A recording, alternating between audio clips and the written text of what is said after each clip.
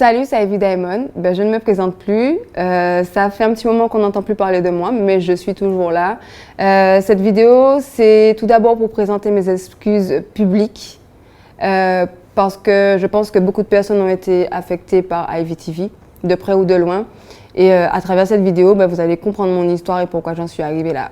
5, 4, 3, 2, 1, level up, level up, level up, level up, level up, level up, level up, level up, level up, level up. All this on me so yummy, all this on me so yummy, yummy all in your tummy. Bonsoir Yanis, alors je m'appelle Elodie à la base, hein. Mon premier nom c'est Elodie. On me connaît aussi sous le nom d'XS ou Ivy Diamond pour plus récemment. Alors Elodie, c'est un mélange de plusieurs personnalités. Bon, je suis une fille à la base très calme, gentille, courtoise, attentionnée. Je suis aussi maman, donc c'est important à savoir. On va dire que j'ai eu plusieurs parties dans ma vie qui ont un peu cassé toutes mes personnalités. À la base, IVTV, c'est un concept, l'un des concepts de ma société, puisque j'ai fondé une société qui est spécialisée dans la diffusion d'informations, donc spécifiquement dans le digital, ce qui est très tendance.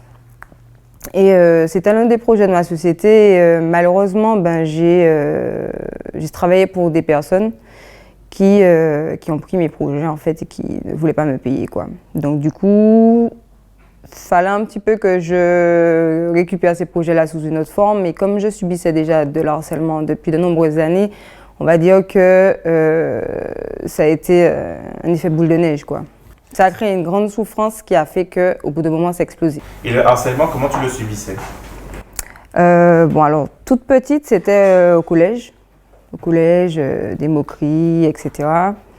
Celui qui a été le plus dur, c'était concernant mes grossesses, en fait. En fait, tant que c'était moi qui étais visée, ça allait. Du moment où ça a attaqué mes enfants, c'est vrai que là, par contre, l'enfant, il est dans le ventre, c'est moi, je suis seule chez moi, c'est moi qui ai les contractions, c'est moi qui vis ma grossesse seule, c'est moi qui sais comment ça se passe.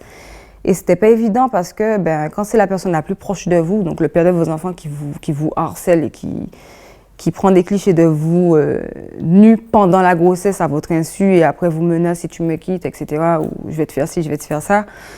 Ouais, c'est chaud psychologiquement.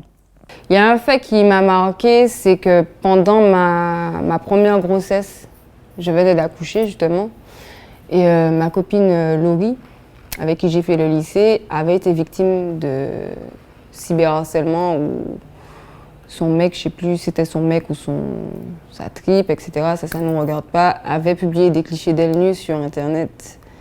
Et du coup, s'est tiré une balle dans la tête. Et du coup, je l'avais vue une semaine avant. Elle a eu le temps de voir ma fille et on va dire que ça avait déjà éclaté 2-3 vaisseaux dans ma tête parce que je le vivais en fait en même temps. Et c'était pas évident en fait de pouvoir voir quelqu'un qui avait passé le cap de se tirer une balle dans la tête. Et moi, je devais continuer la route, quoi, alors que je vivais la même chose. Donc j'avais déjà ça là, je l'avais déjà. D'un coin de ma tête. Et du coup, vaut mieux que ça soit virtuel. Vaut mieux que ça soit virtuel, vaut mieux que je me sois exprimée virtuellement que physiquement, que je sois allée agresser quelqu'un dans la rue, ou plusieurs personnes au pif en fait. Parce que c'est ça qui est délicat, quand on fait face à de harcèlement sur les réseaux, on ne sait pas c'est qui.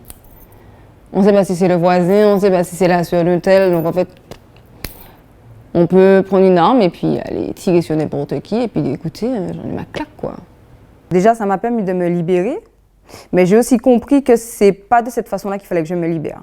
Donc ça, c'est la fin, entre guillemets, de IVTV. Quand j'ai arrêté, j'avais toujours cette souffrance, en fait. Donc ça m'avait servi, certes, à m'exprimer, à me révolter, mais toujours à l'intérieur, j'étais vide. J'en ai marre d'être une victime, en fait, une victime sous silence. Puisqu'il y a ce côté personnage public, il faut toujours montrer que ça va, il faut toujours montrer qu'on est fort, que... Voilà, c'est un peu ça la dimension réseaux sociaux.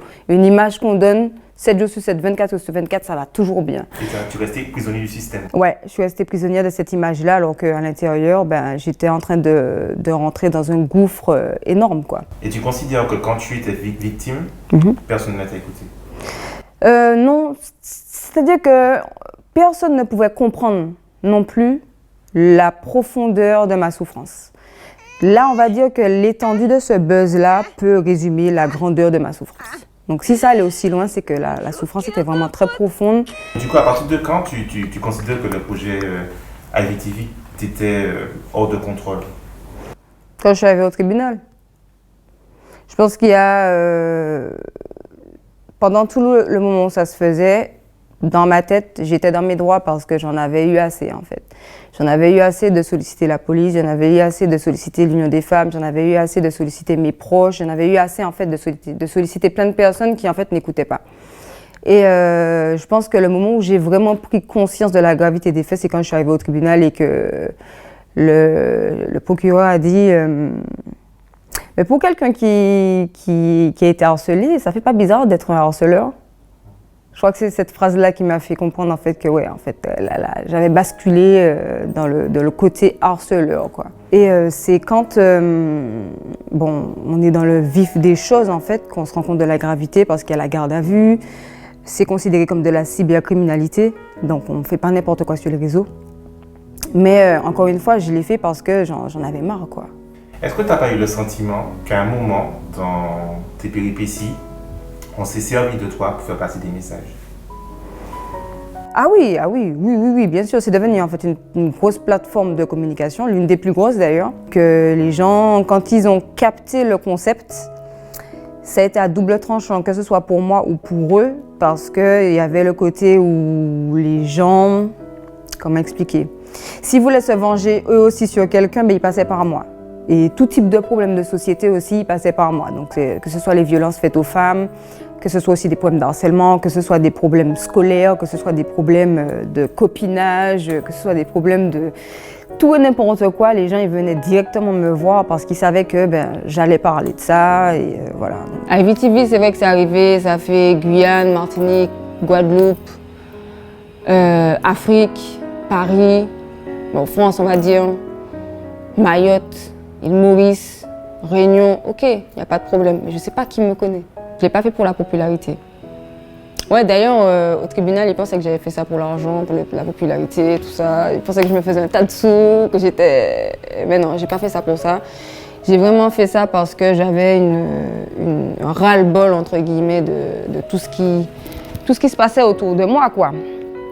Et puis surtout, comme je savais pas mal de choses sur les gens, je me disais, mais ouais, mais pourquoi les gens ils savent pas ça, sur un tel et sur un tel et qui sont que sur moi? Donc voilà.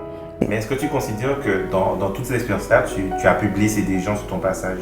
Ah oui, j'ai entraîné pas mal de gens dans ma souffrance, dont des personnalités publiques, soit qui m'avaient fait des choses personnellement, ou soit que j'avais pris au pif parce que vu que je suis quelqu'un qui a beaucoup de dossiers sur tout le monde, ça on va pas se le cacher, je savais plein de choses. Donc ça a été utilisé contre eux, mais aussi contre moi. Et est-ce qu'aujourd'hui tu regrettes? On va dire que je ne suis pas fière de ce que j'ai fait, mais je ne regrette pas parce que j'aurais pas rencontré notre Seigneur Jésus, tu vois.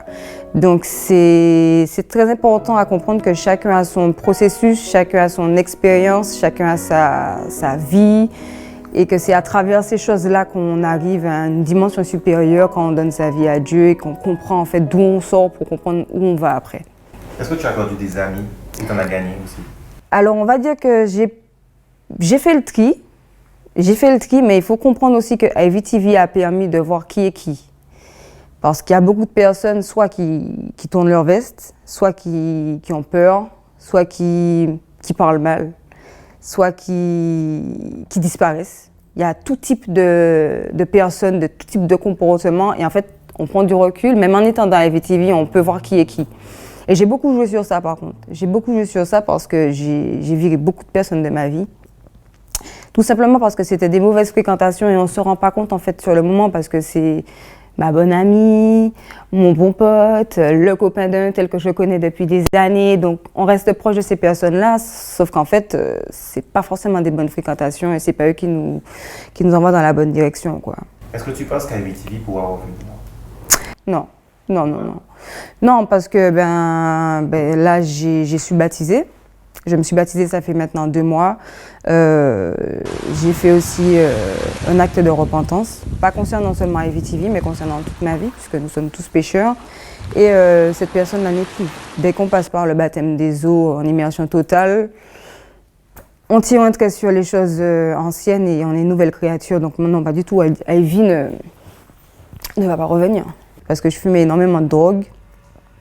J'avais perdu énormément de poids.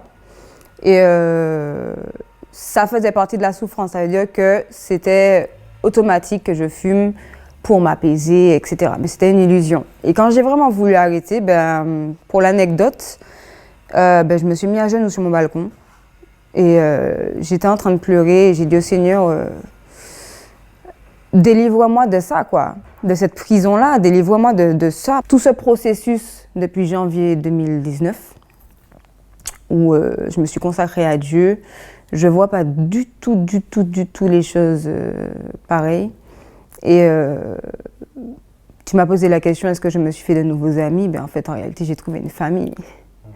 Et ce n'est que maintenant que j'arrive à partager réellement des émotions, partager de l'amour avec les gens en étant vraiment calme, sereine, apaisée, voilà. Quand je suis arrivée, j'ai tout de suite senti que j'étais chez moi, tout de suite.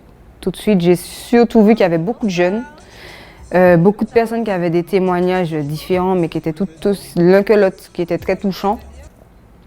Et j'ai pas tergiversé, quoi. Moi, je me suis ancrée là et... Tu as trouvé des gens qui ne t'ont pas jugé? Ah non, pas du tout. Maintenant, tu es prête à témoigner? Alors, j'ai surtout trouvé des gens qui me disaient, qui priaient pour moi, qui intercédaient pour moi pendant IVTV. Il y avait des personnes, en fait, qui voyaient au-delà de ce que je t'ai dit de la personne et tout, qui voyaient la souffrance et qui ont dit, non mais cette fille-là, Dieu va l'utiliser puissamment, il faut prier pour elle.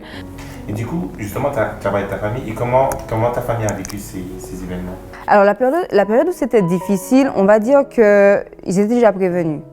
Ouais, donc ma famille était préparée parce que pendant la seconde grossesse, ça a recommencé. Et en fait, vu que je n'ai rien dit, pour protéger ma grossesse, je savais que quand j'allais accoucher, ça allait être chaud. Je savais déjà.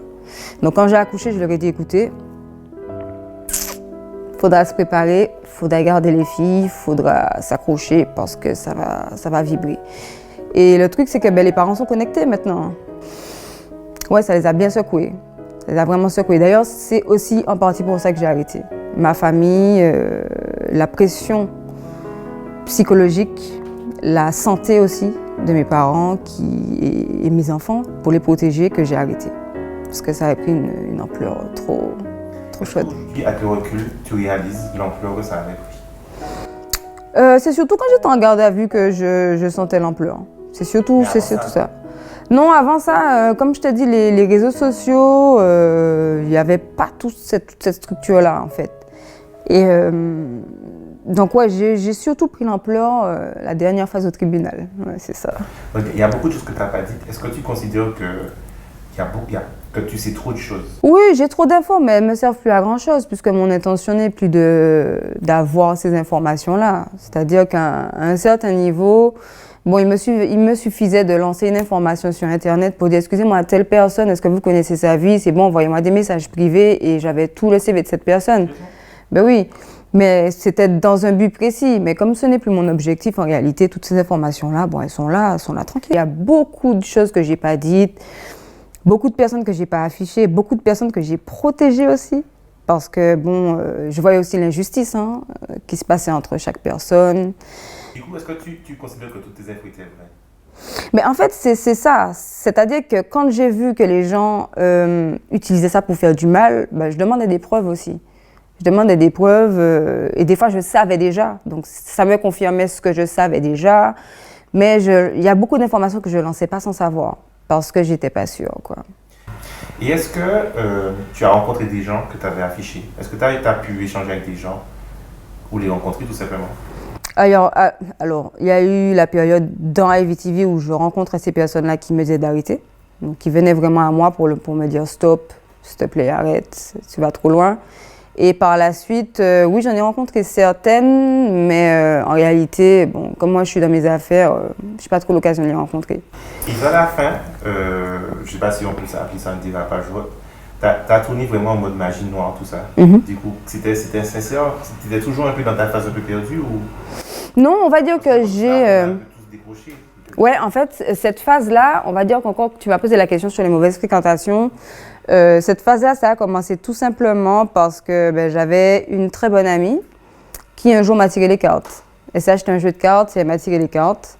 Et je me suis dit, tiens, je vais m'acheter un jeu de cartes et puis je vais tirer les cartes. Sauf que quand j'ai tiré les cartes, j'ai vu que j'étais douée et que j'arrivais à savoir plein de choses. Donc, vu que je suis quelqu'un qui aime faire beaucoup de recherches, qui était assez... je suis acharnée quand je me mets sur un domaine. Donc, j'ai poussé ce domaine-là assez loin et je suis arrivée très loin dans... C'est pas de la magie noire, ça s'appelle de la divination. D'ailleurs, c'est une abomination aux yeux de Dieu. Donc, c'est un très gros péché. Et donc, je me suis enfoncée dans ça parce que par rapport même à IVTV, j'arrive à avoir des choses en étant chez moi sur les gens. Ça, par contre, c'est une réalité. Et aujourd'hui, qu'est-ce qu'on peut te souhaiter? C'est quoi l'avenir pour toi aujourd'hui? L'avenir pour moi, vraiment dans la sérénité. Je suis vraiment dans une phase où je réapprends à connaître la personne que je suis, dans l'amour, dans l'apaisement. Je suis vraiment, comment dire, sage dans la réflexion, dans les prises de décision. Et je me consacre vraiment à Dieu. Parce que sans lui, je ne serais pas là. Donc en réalité, me souhaiter que je puisse continuer dans ce chemin. Me garder en prière, très important. Et surtout, je pense qu'il faut que je puisse aussi faire preuve d'humilité, de maturité. Parce que en entraînant pas mal de personnes dans cette souffrance, ils ont souffert aussi. Et je me dois de présenter des excuses publiques à toutes ces personnes qui ont été des dommages collatéraux à ma propre souffrance, quoi. Salut, c'est Ivy Diamond. Je ne me présente plus. Ça fait un petit moment qu'on n'entend plus parler de moi, mais je suis toujours là.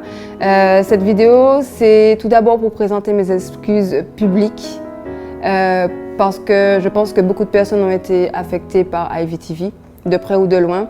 Et à travers cette vidéo, vous allez comprendre mon histoire et pourquoi j'en suis arrivée là. J'ai aucun problème avec ça, j'ai aucun problème avec le fait de présenter des excuses. J'ai pas, même si c'est personnellement ou publiquement, j'ai pas de problème avec ça parce que je ne suis plus la personne d'avant. Donc je suis totalement ouverte à toute discussion, même pour que la personne puisse comprendre en réalité ce que j'avais sur le cœur la concernant, quoi. Et on sait aujourd'hui que tu veux t'investir davantage sur la question du harcèlement. Est-ce que justement, comment ça t'est venu l'idée de pouvoir réfléchir sur le harcèlement? Réfléchir sur le harcèlement, ça m'est venu à l'idée parce que j'ai eu beaucoup de messages pendant IVTV de personnes qui voulaient dénoncer des choses, de personnes qui aussi portaient plainte et qui n'avaient pas de retour, de personnes qui étaient psychologiquement très faibles par rapport à ça, par rapport aux prisons, on va dire, dans lesquelles elles vivaient. Et en fait, je me suis rendu compte que j'étais pas toute seule. Que j'étais pas toute seule et qu'on était un petit peu délaissés dans ce milieu-là, quoi. Qu'est-ce qu'on peut te souhaiter pour la suite? Que du bonheur. Merci beaucoup, Elodie. Je t'en prie.